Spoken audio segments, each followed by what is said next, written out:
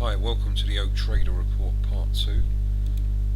We're just going to be covering some US dollar pairs here and see how they're interacting with some currencies worldwide, just to keep you abreast of the situation.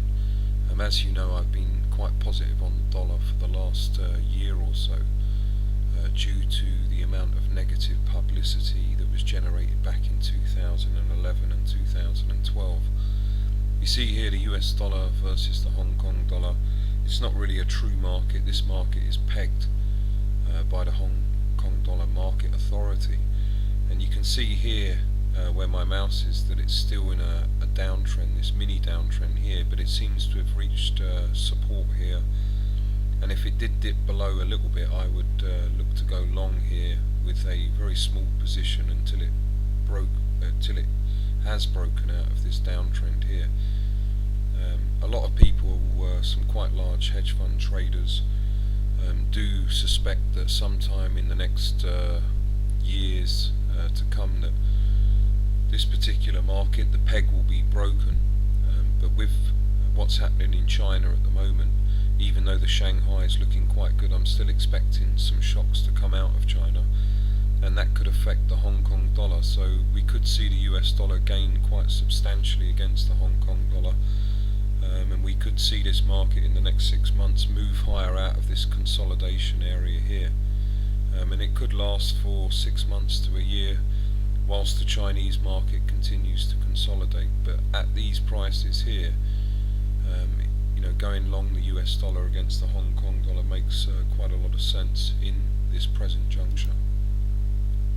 US dollar versus Indonesian rupiah. You can see it's had a huge upward movement here where this parabolic spike move is, where my mouse is, and you can see the nice curvature of the market as it came out of its base area, and where my mouse is here, a very long-term trend broken and some gradual downtrends broken as well. Where my mouse is here is a perfect signal to go long the market.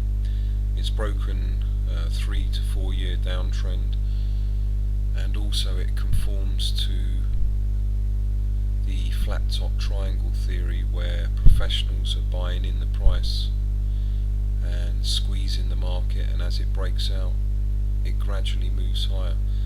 We could see this market top out in the next couple of spikes, so I wouldn't be going long the US dollar for too long, but I still think it's got some juice left in it. Maybe a couple more weekly spikes, we could see it up higher. But when the market starts spiking like this, I don't like to be greedy, I like to sell out.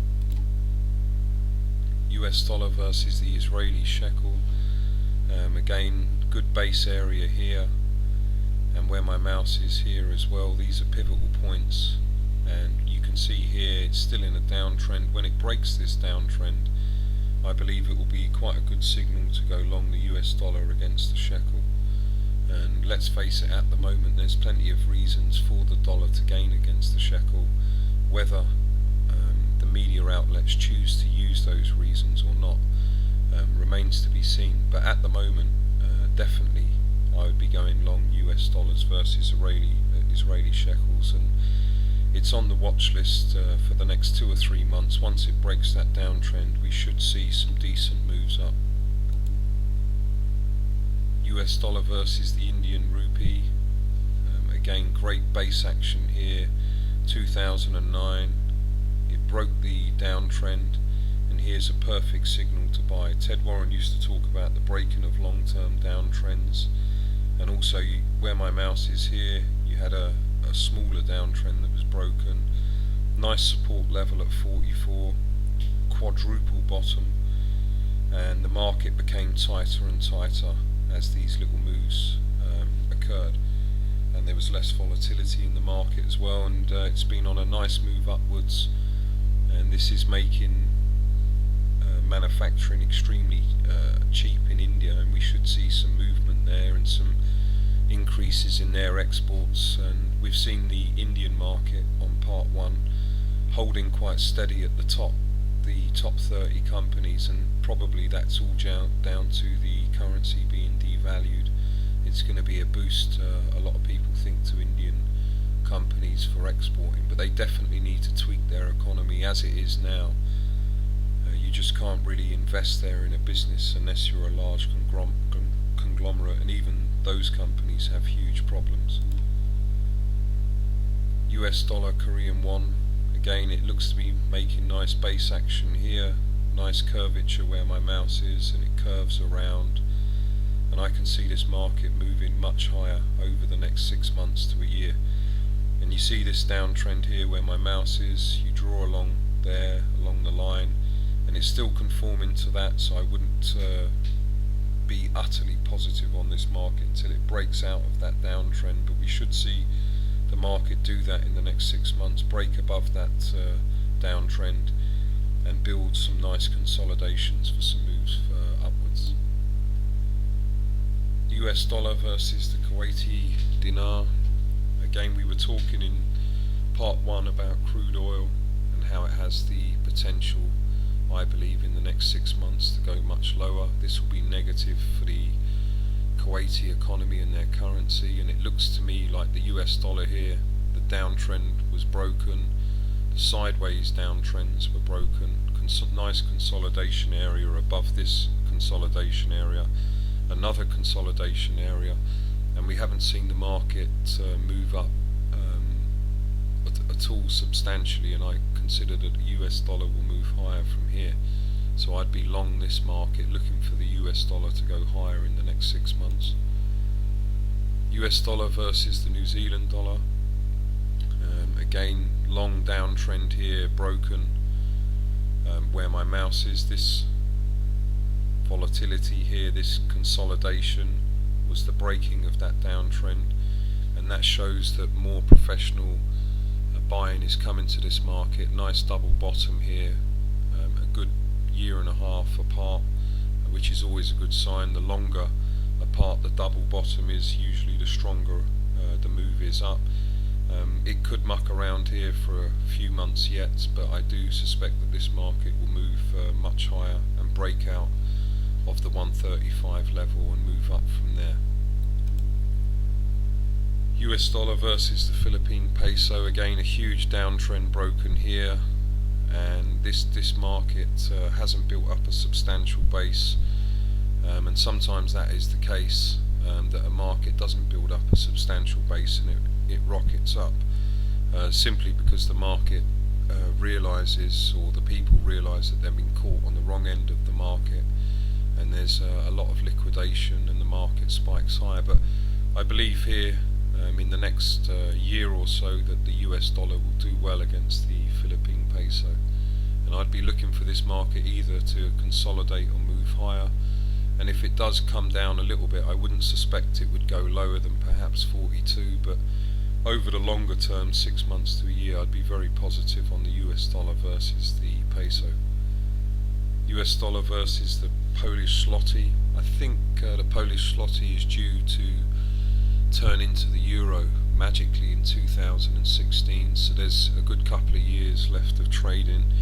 The Polish economy, I've always admired the people, not so much the economy, but I believe that it does have a tremendous potential to be a mini Germany one day in the future. The people are extremely intelligent, and I believe Poland's a good bet longer term, but the currency at the moment, I believe, will lose against the dollar, and I'd be looking to go long the US dollar against the zloty in the next 6 months to a year. As you can see here, the market has been consolidating, and if it manages to hold above this pivotal point excuse me, where my mouse is, just about the 3.1 level, if it holds that pivotal point, that will be a good sign. If it drops below it, again, it's broken a pivotal point, and don't try and hold the position, sell out. But at the moment, yeah, I wouldn't be going long a tremendous amount. As soon as it breaks this downtrend, if indeed it does, around the 330 level, we should see some movement up, and there's a little curve here coming, so I suspect the move should be pretty decent up to around the 360 level. Just like this curve here, it curved around, and this market seems to be curving around as well, so we could see it around the 360 level. US dollar versus the Serbian dinar. I'm not sure when the currency is switching over. I think it's 2014, but there's so many hurdles that the Serbians need to jump before that happens, so it could well be delayed even longer. Again, this looks positive for the dollar. The dollar's still in an uptrend. If you look where my mouse is here, if it did shake out, I think maybe around the 80 level it would shake out too. But I suspect it's moving higher here. If you look where my mouse is, it's had a nice breaking of the downtrend here, and the market has gone sideways. As soon as it breaks the 88 level and closes above that on the weekly, I'll be going long more currency.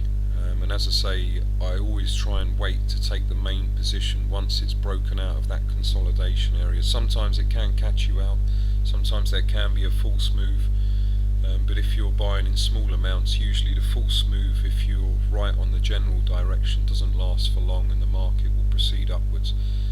But at this moment it does look like the US dollar will gain against the Serbian dinar. US dollar versus the Russian ruble. Again, we can perhaps correlate this to the commodity price and the crude oil price. We see a great curvature here where my mouse is all the way around. It's a long curve, and I believe the market will go much higher. 35, 36 is a distinct possibility, and this consolidation area where my mouse is almost looks like a triangle here that's developed into a consolidation area, and I would suspect that the US dollar is going to gain against the ruble in the next 6 months. And if you look here as well, you had a downtrend broken here, and then this one was broken about here, and then again you've had lots of shakeouts, lots of volatility. Usually once it breaks that downtrend it carries on for a while and usually ends, if you look where my mouse is, with some parabolic moves, and this where my mouse is, parabolic moves. Even here we had a couple of parabolic moves, whereas this has been quite inactive and it's staying above this consolidation area. So I would suspect we're going to see some parabolic moves in the next few weeks, or maybe within 6 months, but definitely this level here, when it does go parabolic, it should be good for at least 2 moves upwards in terms of spiking.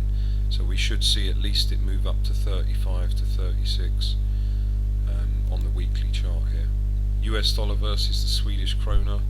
Again, huge downtrend broken. Whenever it breaks a long-term downtrend, it's always a signal to start watching the market. And then we had a huge spike up, too much of a parabolic move. It's come back down, and again a double bottom, a good 3 years apart. That's tremendous strength there, good support. And again the market seems to be holding here.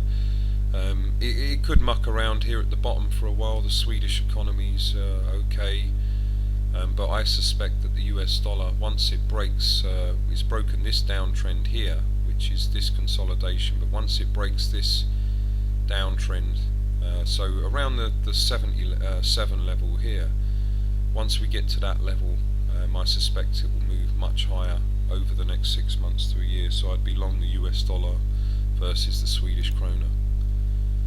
US dollar versus the Singapore dollar, huge downtrend, still not broken yet. 2002, the American currency lost a tremendous amount of value, and about here would be a great place to go long once it breaks the 133 level, and here this sideways consolidation where my mouse is, once it breaks that at around the 130 level, they're good places to buy. 130, 135 as it's moving up. I would suspect the probabilities now are higher that the US dollar will become much stronger in the next 6 months against the Singaporean dollar. And you can see the market, there's a little curve here and coming around, and it has broken this downtrend, but again I always remain cautious as it hasn't broken the long-term downtrend, which would be at around 130 to 135. It's definitely on the watch list, and I would be positive about the US dollar and looking for this to move higher, but again it's always wise for the price action to confirm your opinion. US dollar index basket against 6 currencies, the main one being the euro, Swiss franc, Japanese yen, I believe the Swedish currency, the krona, and the British pound. You see a big downtrend broken here, and then this downtrend where my mouse is here, and it hits the tops, and it hits this top. Once it breaks above 85, I would be more confident that this would be a more sustained move up.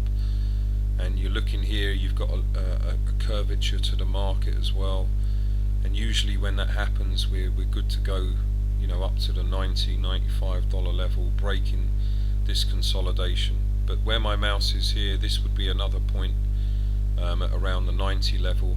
So just buying small amounts as it breaks through the consolidations and it makes new steps higher, you can buy with confidence that the market at least won't hurt you too much if you buy all in at one go. And you can see here as well that the market does have the potential, you know, perhaps to muck around here. Don't ever underestimate the potential for the market to test your patience. But what we're looking for in a trade is a market that is near the bottom, so our downside risk is minimal, and a market that has much larger upside potential. So when we're placing an investment, a trade, you're looking for much larger upside potential and a minimized downside risk. And I just thought I'd add here a chart from 1966 of the US dollar index. You can see some of the huge moves up it's had in the past, and if you go back here to around I think 1968 and you draw a line, when it breaks that long-term downtrend, that's the cue to go long. We had a huge spike there.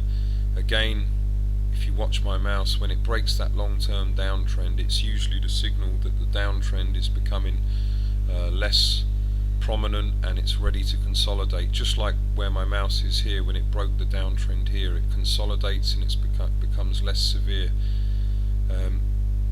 If you look here where the downtrend is, there's another great signal to go long the market. It's not a perfect signal, and nothing ever works 100% of the time, but the breaking of a long-term downtrend, again I emphasize, is one of the best signals to look out for in the market. It tells you really everything you need to know about the positioning of the market and who the weak players are and who the strong players are technically.